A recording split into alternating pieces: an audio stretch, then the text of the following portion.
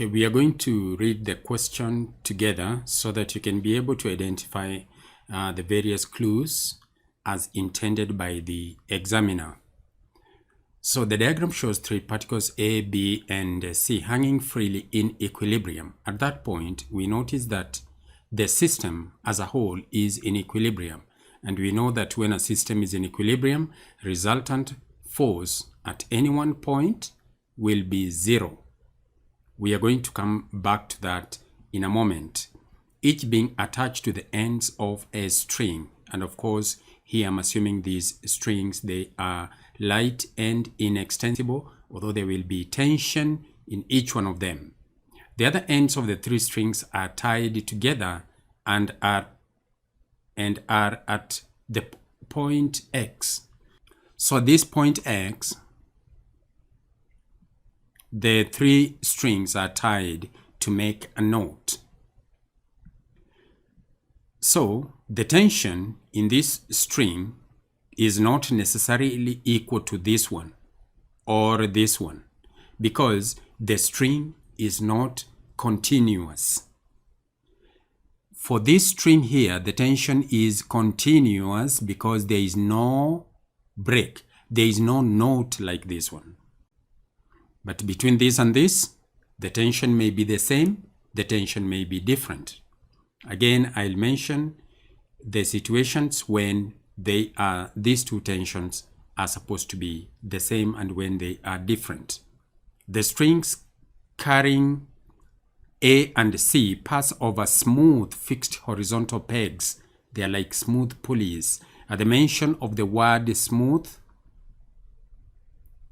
there is no resistance to motion. There is no friction.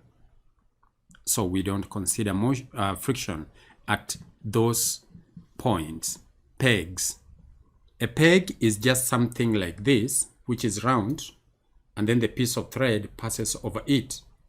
So as it slides over it, we expect that there will be friction between the string and the surface of the peg. But this time, the peg is smooth, so that friction is non-existent. So the pegs are P1 and P2 respectively. The weights of A, B, and C are 5.5, 7.3, and W newtons respectively, and the angle P1x P2, P1x P2 is right angle, that is 90 degrees. Find the angle A P1x, A P1x, and the value of W. So let me put that information on the diagram. As we always know, it is important to use sketches because sketches are very good in provoking your mind to remember details that you've done before. Because the moment you see a diagram like this one, you start putting information, your mind starts recalling similar situations that you've done before. So in an exam, although you won't find this one in any standard mark scheme, it's always good to do that. So I'm going to indicate the weights of A and B. B is 7.3 newtons. And C is W.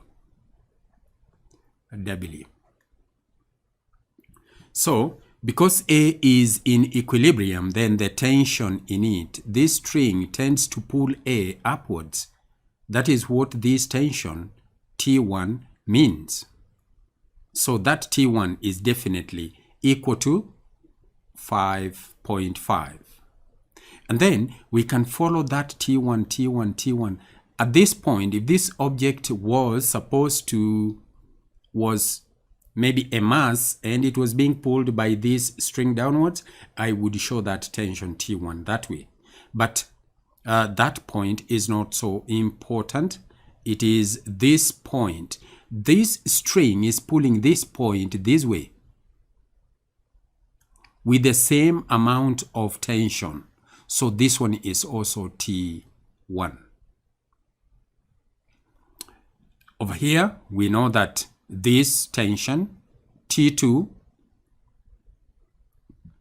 is acting upwards and it is pulling point X downwards with the same tension, T2. Notice that I'm more concerned with the forces which are acting. at point X.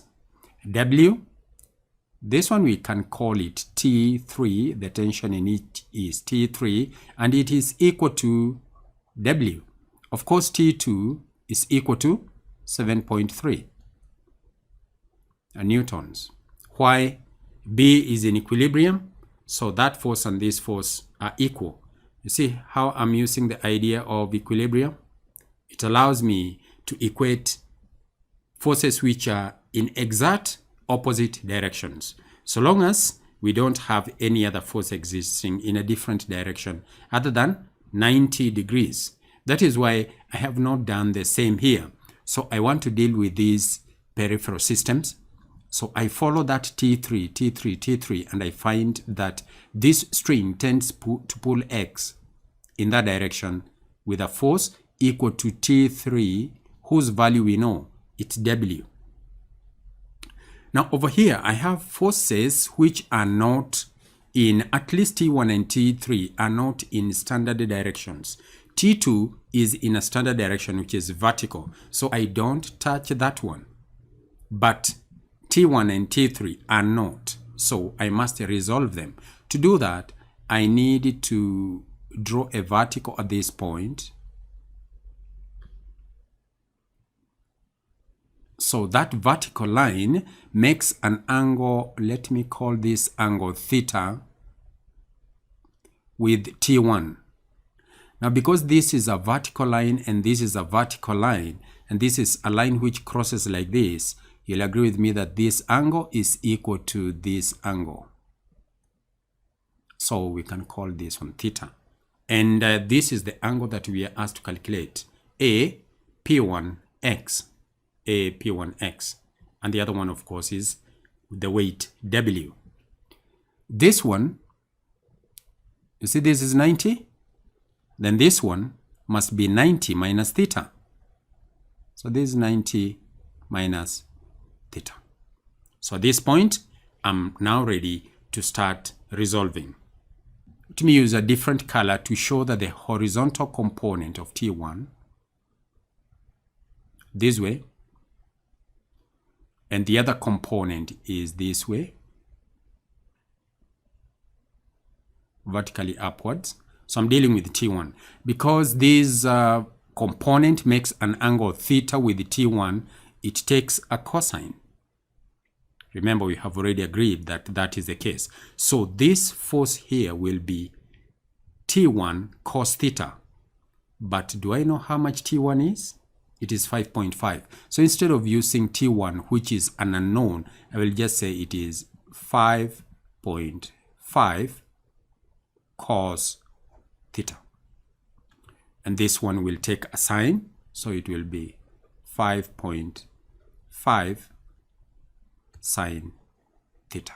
Whatever if I resolve this way, I resolve in a direction which is 90 degrees to this one, and the force which I'm resolving is found in between them. And also remember to resolve twice, just in case you forget. Then T3, this component here, and there will be this component here, which I can put here. Yeah, this component of T3 will be T3 cos 90 minus theta. T3 cos 90 minus theta. And following that rule, T3 sine 90 minus theta.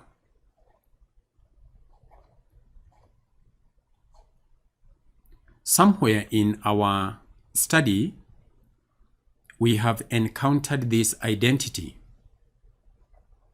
Cos of theta is equals to sine of 90 minus theta. And in fact, you can test it using your calculator. Look at cos of 60. Is it equal to sine of 90 minus 60?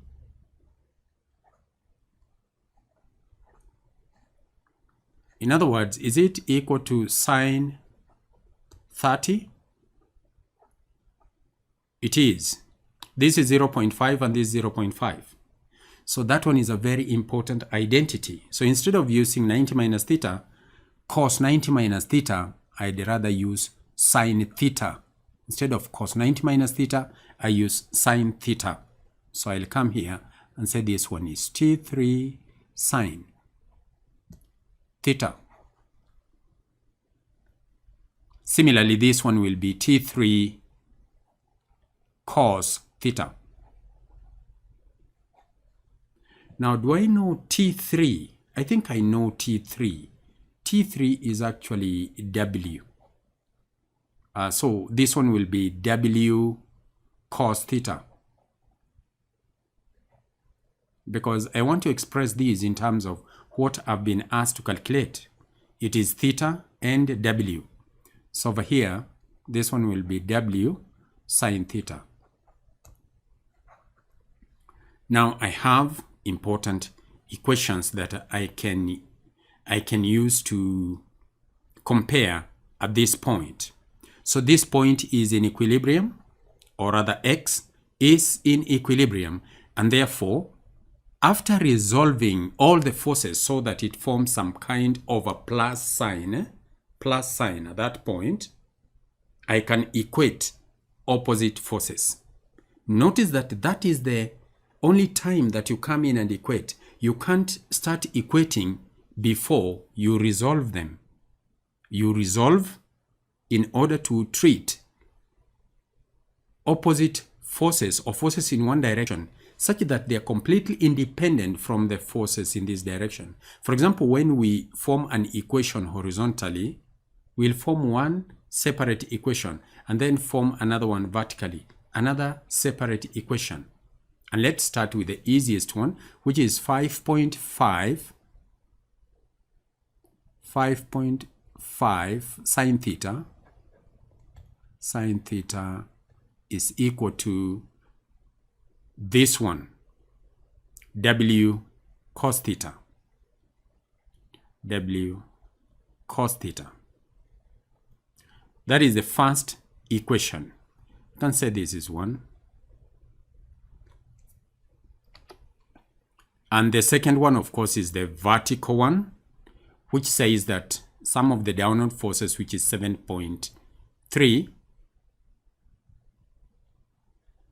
7.3 is equals to sum of upward forces. The first one is 5.5 cos theta, 5.5 cos theta, plus this one here, which translates into this, W sine theta. W sine theta. And this is the second equation. Now, I've got two equations and two unknowns. Theta is one unknown, W is the other unknown. So I have to look for a way to solve this.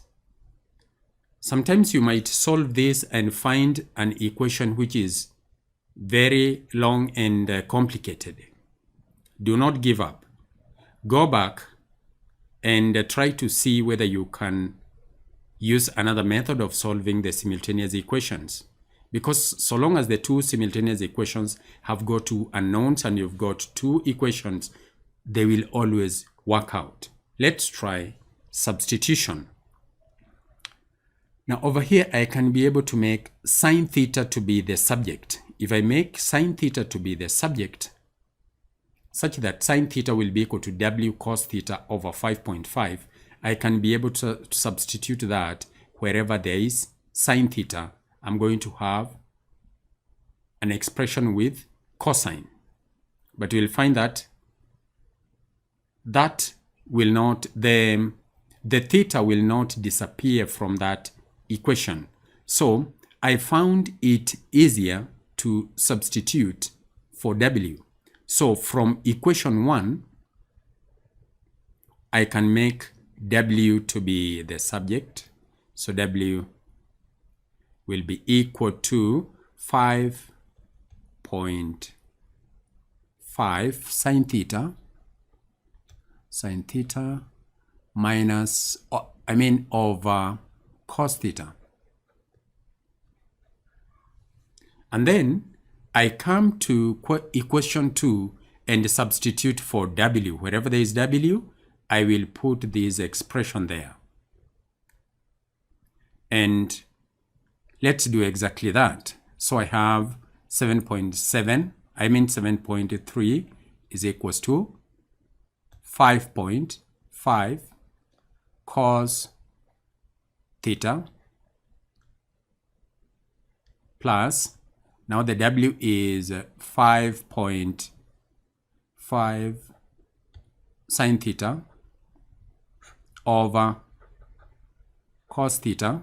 That is the value of W times sin theta. Remember, there was a sin theta existing there. So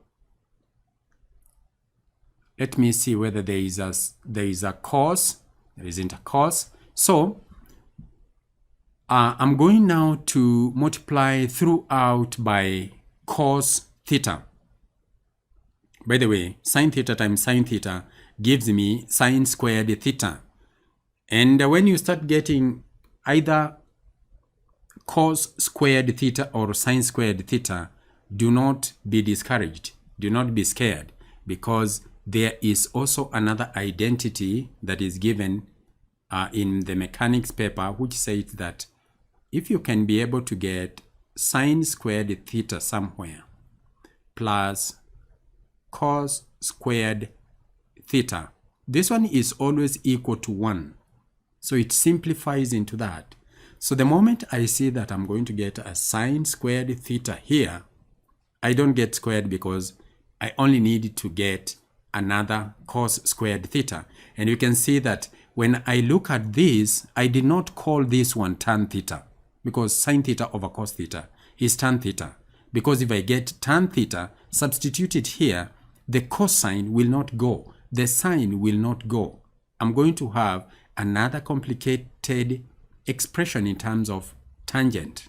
And by the way, in mechanics 1, are expressions with the tangent. Those identities of tangent are not required. So try to avoid them as much as possible. Why am I saying that? Sin theta over cos theta is tangent. I would have simplified it like that here, but I didn't, because it will make it complicated.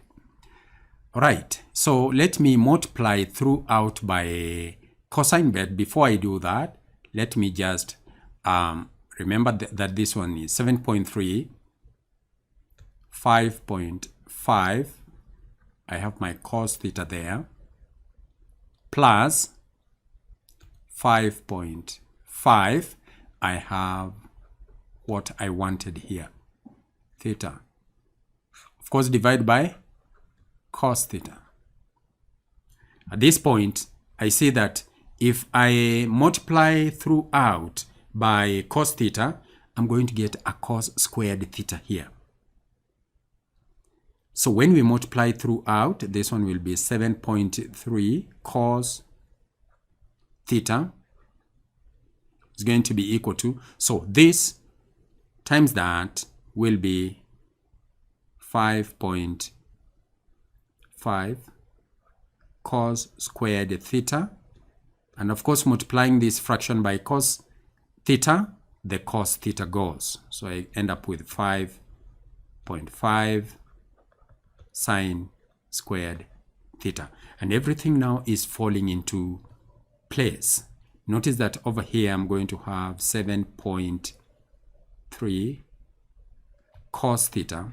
What I want to factor out is this cos squared theta plus sine squared theta, because I know this is equal to 1. So if I factor it out, 5.5 comes outside the bracket and multiplies that. So this is equal to 1.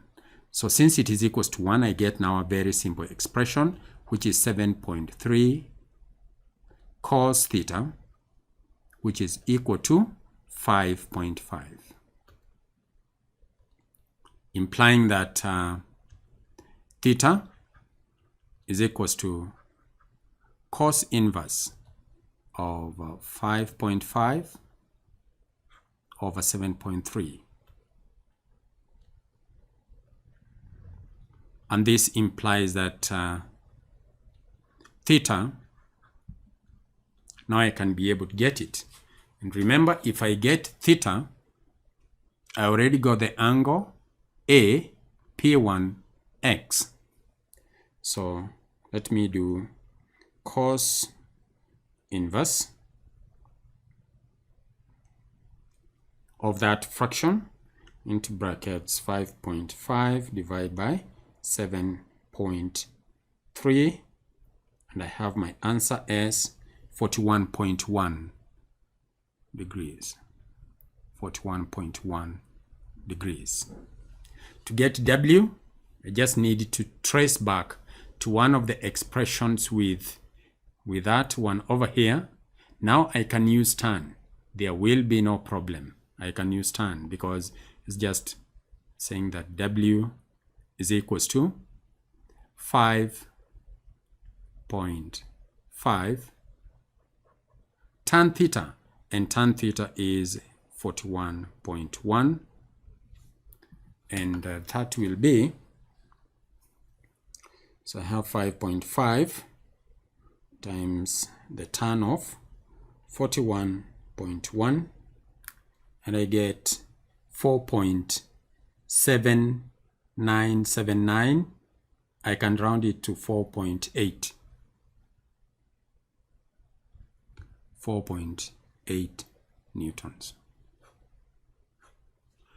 Now this question over here can discourage the student the moment you start getting long expressions like this. Don't worry, provided you started on the right footing, you did everything correct. Remember what occurs into your mind after you have read the question. You've got to have faith in that and follow it to the last point until you get stuck. If you get stuck, it means your mind cannot come up with something to help you solve the question. You retrace your steps to see whether you've made any mistakes.